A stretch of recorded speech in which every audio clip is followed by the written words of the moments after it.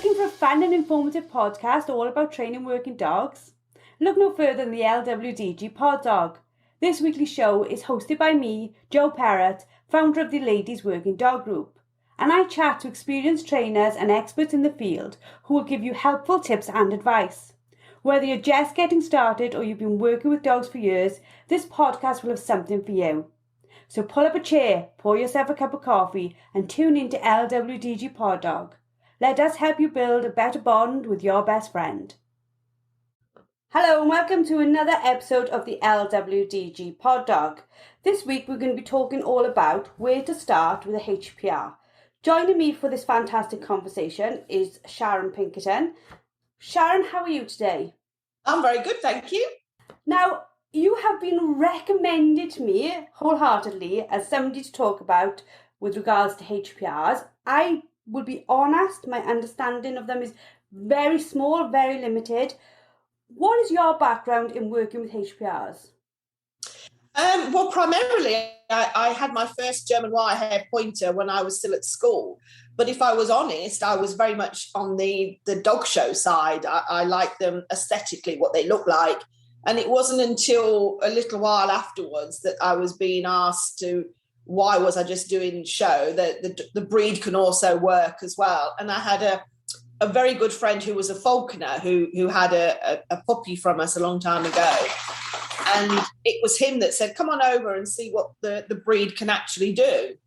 So that's what I did. I went over, spent many a day in his company and other falconers and just watching the way the dogs worked and then the way the handlers were able to release the birds at the right time. It was just absolutely fascinating.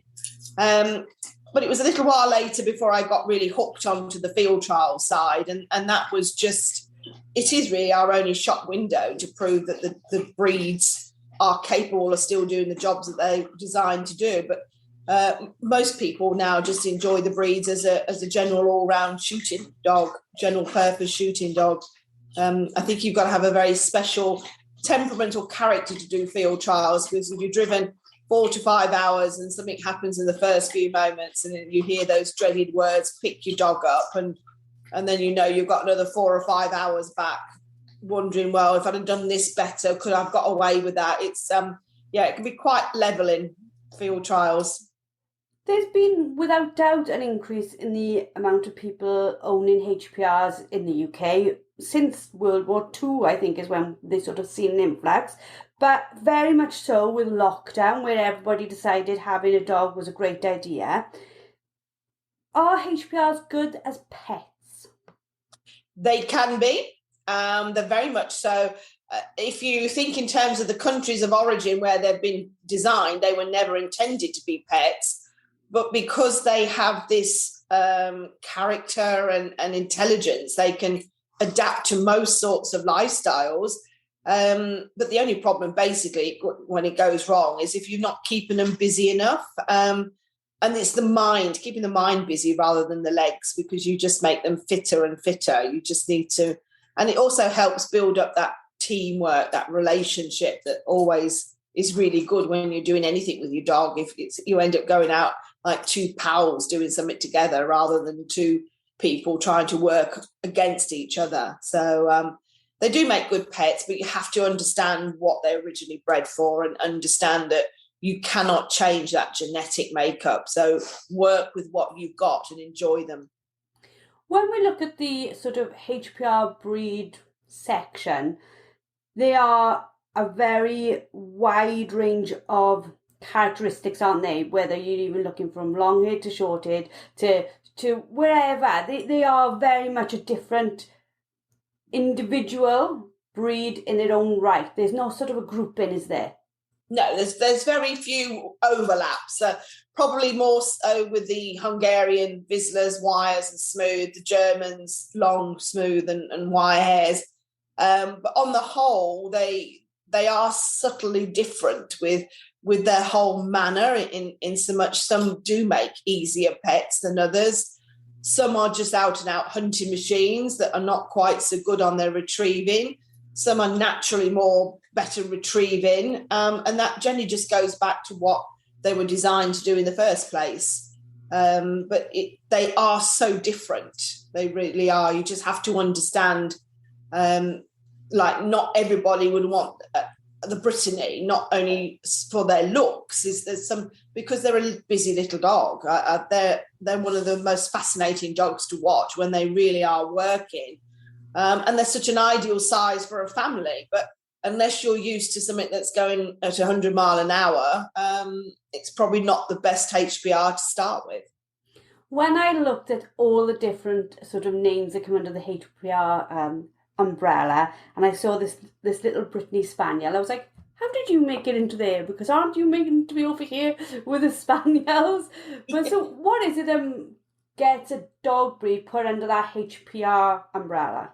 Well, originally, as you said, they were known as the Brittany Spaniel, but obviously with the breeders that brought them into the country and the Kennel Club realised that they were actually a HPR breed. They weren't just Spaniels. They were capable of doing more. So they were changed over into basically the HPR group. And it is, as it stands for, they're a hunt point retrieving breed. So going back to their country of origins and their reason, it's basically to put food on the table. So you could go out with a dog and a shotgun and feed your family.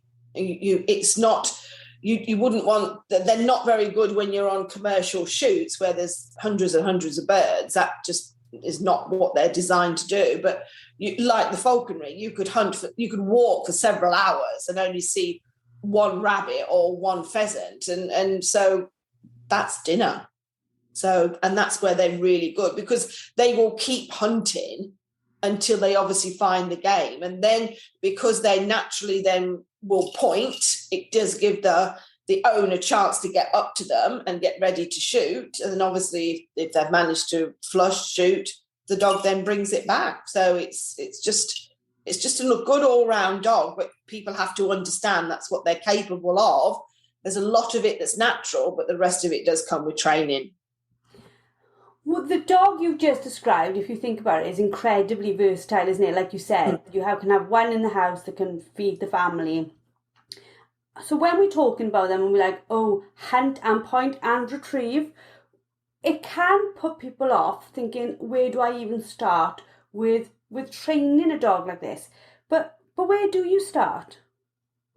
Well, it's going back to understanding your breed and where your breed's strengths are. For me, with the wire hairs, they're always a good hunting dog. I know I've never met a wire hair that doesn't hunt. So for a wire hair, I would be concentrating on the basics so that you have an on and off switch. They will stop, they will come back, and I will work on the retrieving because that's the bit that's overlooked in their desire to carry on hunting. But some of the breeds that are a little bit more quieter, you would need to also do plenty of hunting to waken up that natural ability that's there, that just wants that little bit of exposure for the natural instinct to kick in. But it's just knowing which breed and the individual dog's character as to which direction you go in, as to which ones you really concentrate on, and which aspects you can leave a little bit longer.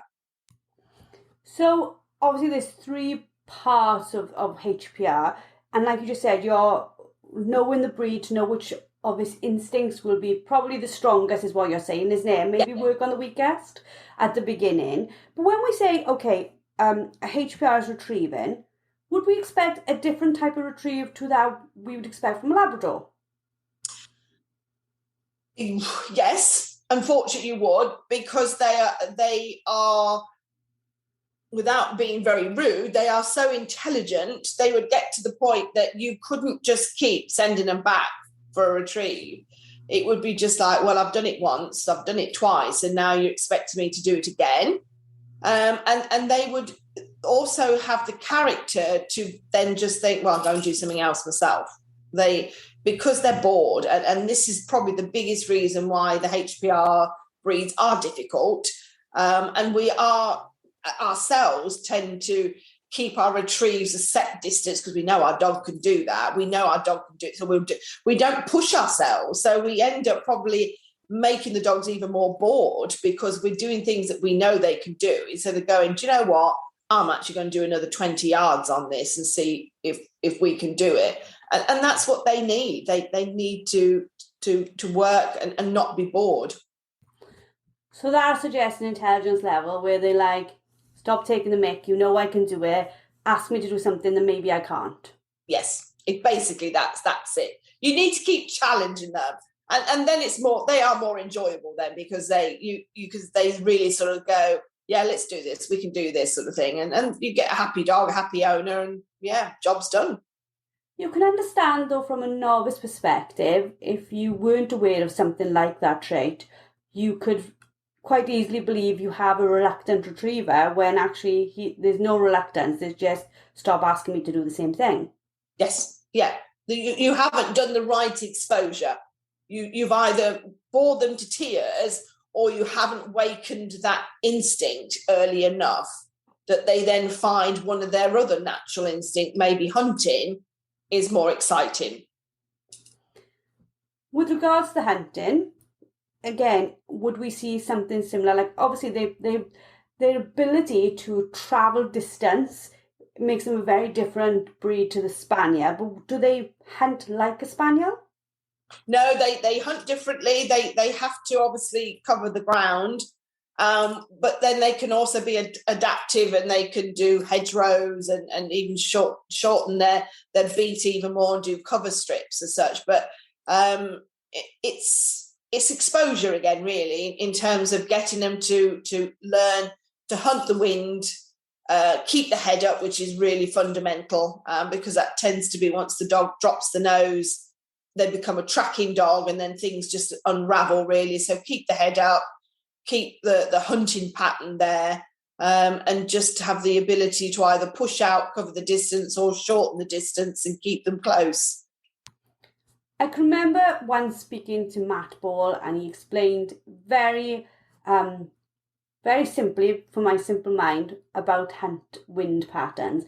And I was quite fascinated because, as you just said about the dog keeping his head up, I've been used to Spaniels. Their heads are down consistently. They are short patterns. Normally, even when they are not completely under control, they've got their own little natural pattern. It must be very hard if you're new to dogs to understand that your dog is going to range over distance. It needs to keep his head up. There are all those things that maybe you're not expecting. Is there a problem where people who are not used to the breeds maybe try to ask them to behave like more seen breeds? Yes, they do. They tend to keep them closer. They want to keep them closer. They don't understand the sort of the range that they can possibly do, and it's also a little bit of anxiety. They don't want them to range too big in case they don't get them back. This sort of thing.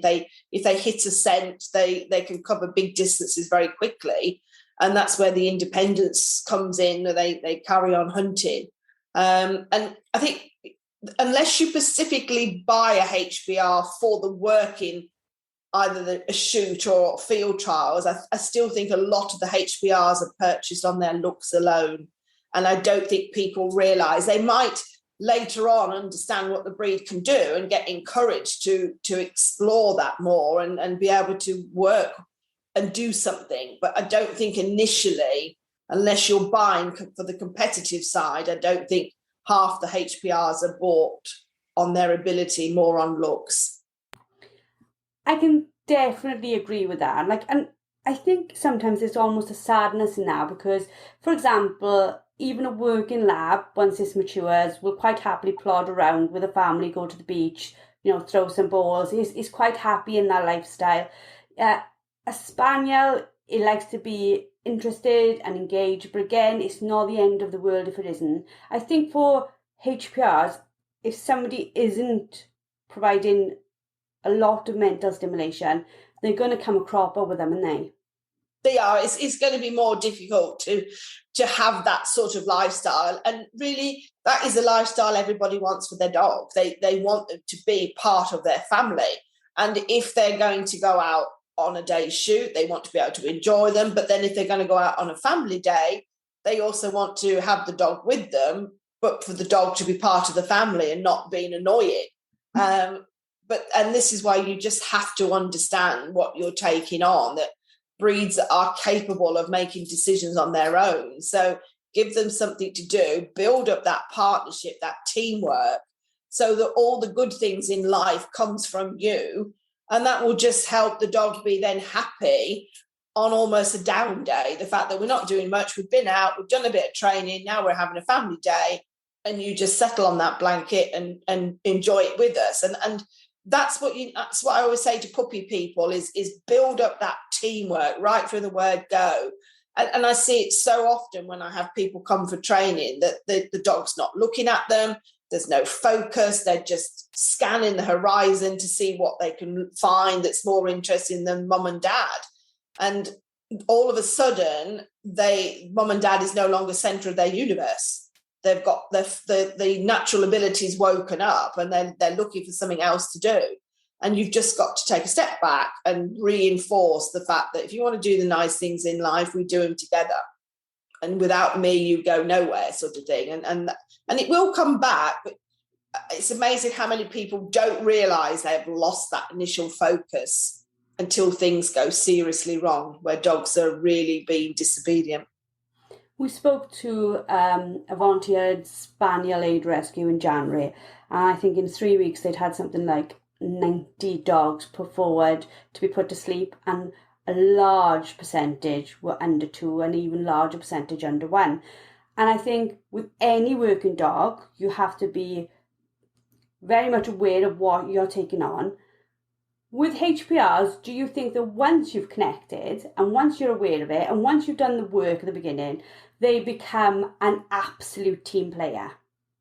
I think they do, from my experience, my own breed and people that we've managed to work and train with, very much so. And I think that's then why there'll always be another HPR join the family. I think once people understand them, that they can do everything that you want them to do. But it's sometimes probably a little bit of a rocky path to get there. And if you're prepared to do that, to go the journey, you wouldn't have a better sort of family companion that has the ability that will go and then do a day in the field and not show anybody up. We've talked a little bit about hunting, a little bit about retrieving. We haven't got yet to the bit about pointing. Now, I can remember somebody sent me a little Instagram link, I think, to this little set of, I wouldn't like to say what HPR breed they were, little set of pups. And there was a gentleman with a fisherman with a little wing, and they were tiny pups, and they were trotting on going this way and stopping and all pointing together. And I was like, wow, they are like, it was so natural to them to point and to stop. What is that even all about? Well, it is natural. It's just generations of dogs that have been produced that know how to do it. It's initially puppies do it with sight, and that's why you have a feather wing on a line sort of thing. It is done by sight and movement. You can do it with a lure pole, anything that moves. Very often as tiny puppies, it's be like butterflies or something that catches their attention, and their initial pausing is sight related. But as soon as you can get the chance to get them going, you need to come away from the sight so that they actually are then using their nose, because it's the pointing comes, the proper pointing comes from scent. So initially, I think a lot of people do it just to prove the puppies can point, and very often you'll see if you're wanting something that's very stylish, even as 7-8 week old puppies, you can see some that are really, really stylish pointers. And people may choose that as their choice of puppy, but it's done very early and then should then be discarded, because you're then teaching a dog to use their eyes, where everything is done by scent. Because a fully trained HPR won't see the birds, it'll just know where the birds are in the cover. Yes. And that's the scent. Once again, and scenting conditions change with all the gun dog breeds. You can have really good scenting conditions where, like the setter and pointers, you can see them come on point and the grouse is way, way ahead of them. But they have, because the scenting conditions is good, they get that little bit of scent and they freeze into a point. But then on a really wet, cold, middle of the winter day, there's probably next to no scent. So the pointing is probably less dramatic, because it'll be like, oh my God, there it is, sort of thing. And the scenting is so poor.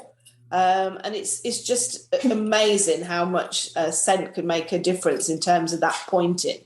It can just sometimes be literally stationary, and maybe the tail will just flag a little bit because they're not sure, there's not enough scent. And but there probably is something there. Maybe the bird's moving, so they can't literally have a proper locked on point. Then they know that the bird's there, but the dog hasn't dominated the prey to the point that it's hunkered down.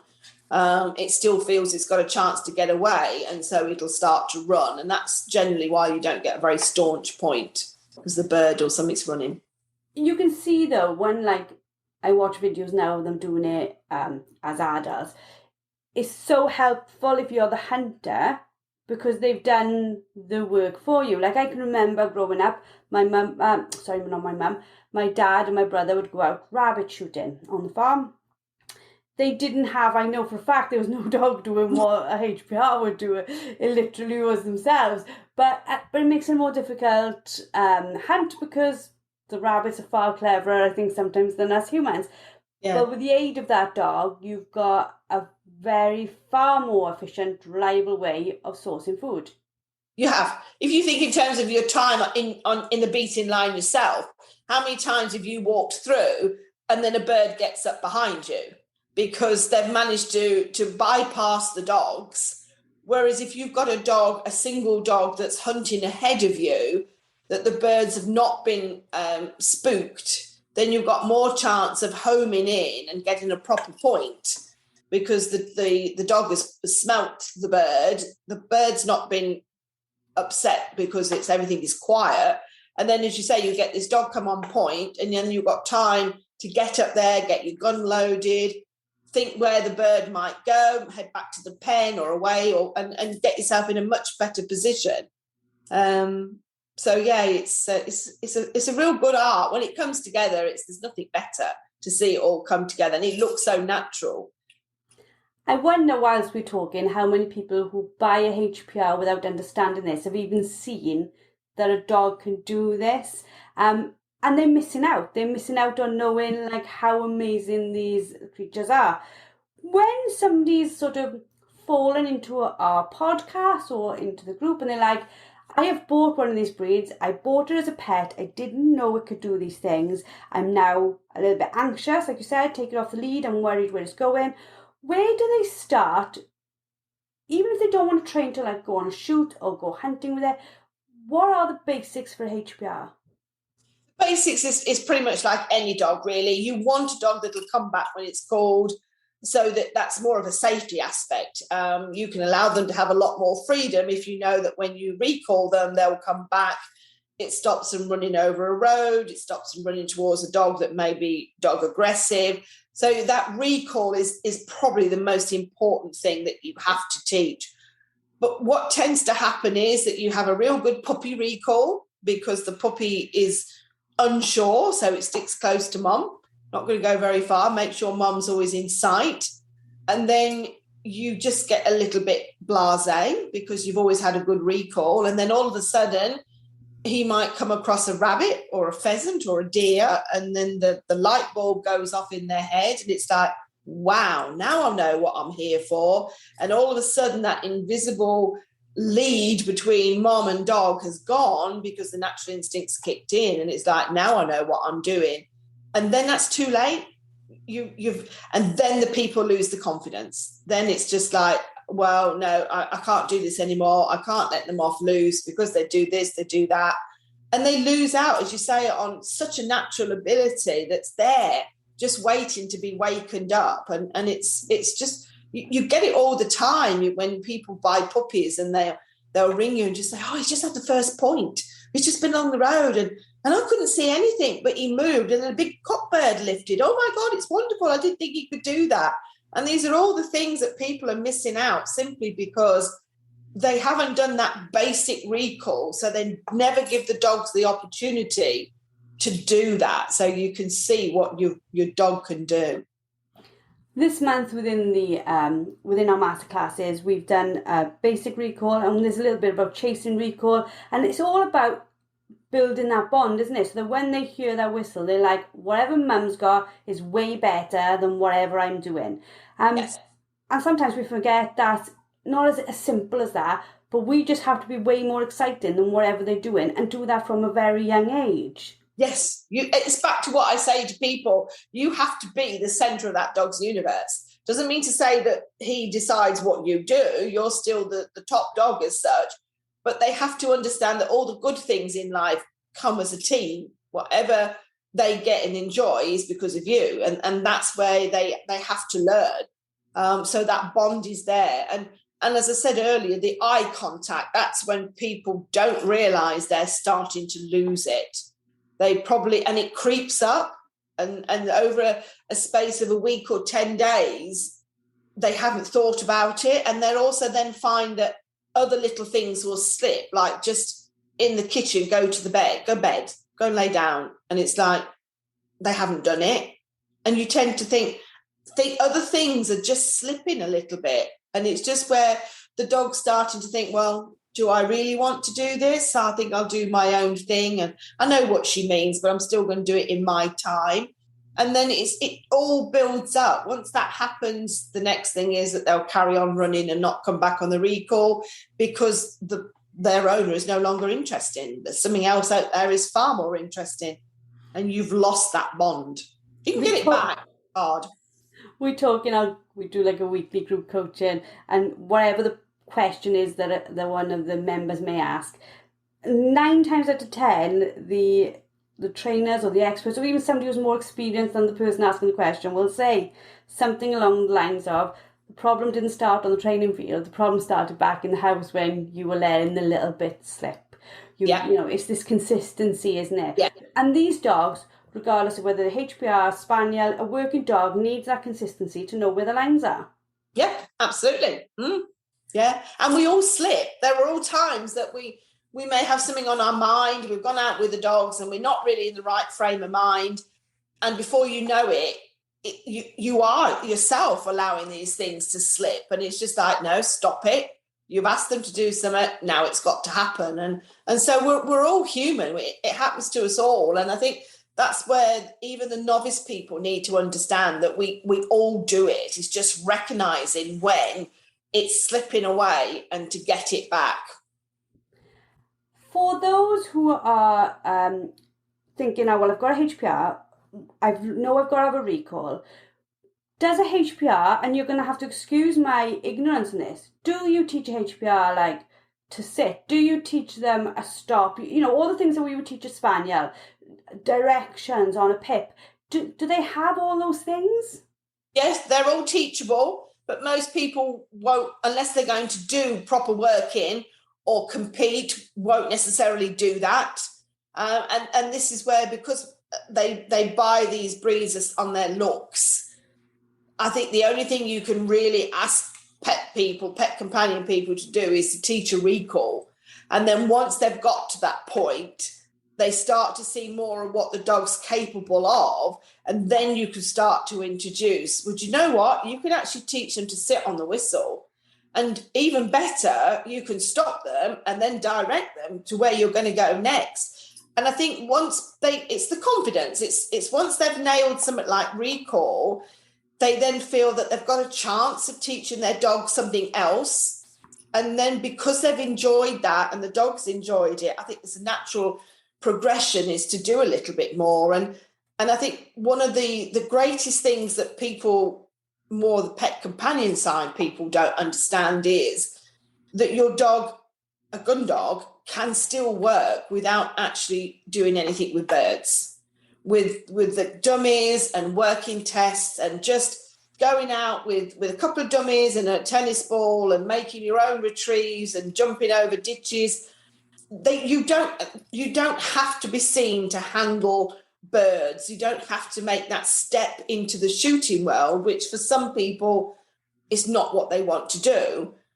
But they have got a gun dog, so use that instincts, but just do it with dummies and tennis balls. And then anybody can do that anywhere.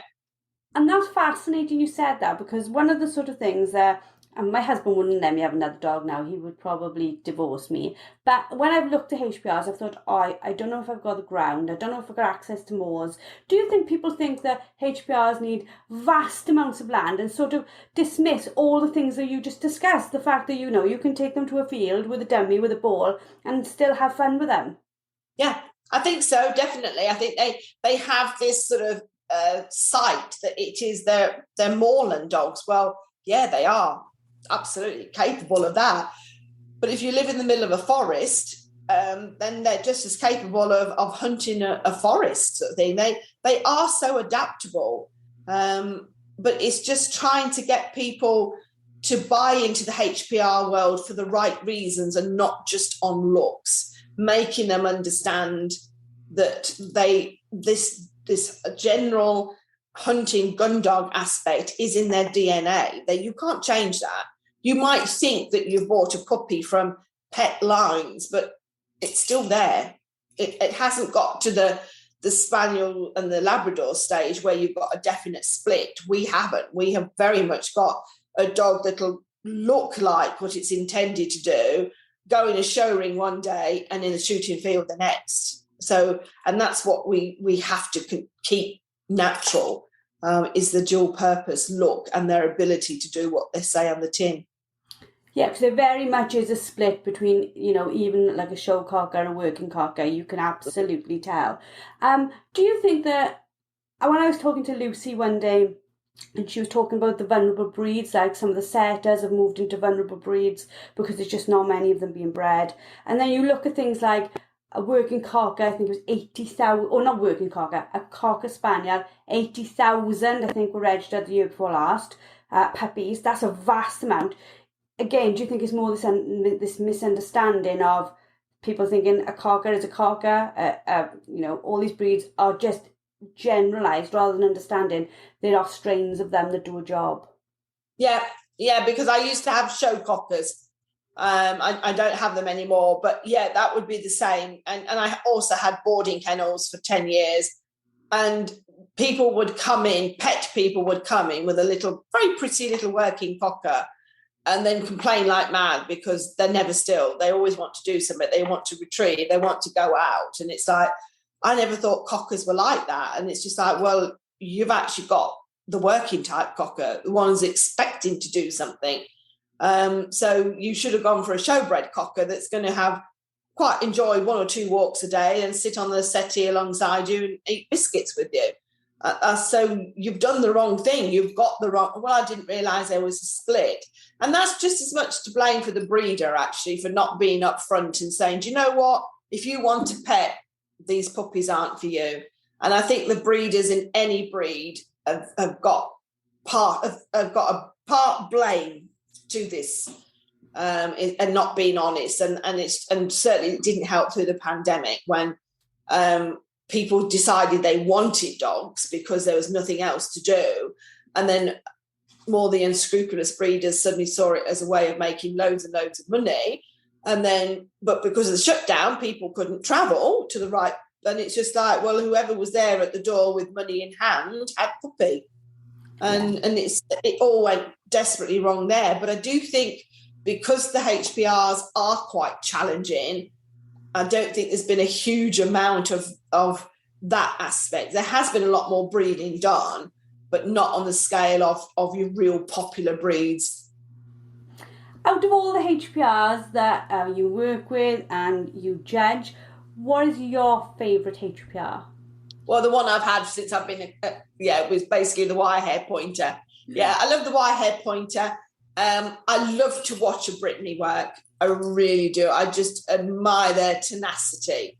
They are such a fascinating little breed. They're speedy. They cover the distance.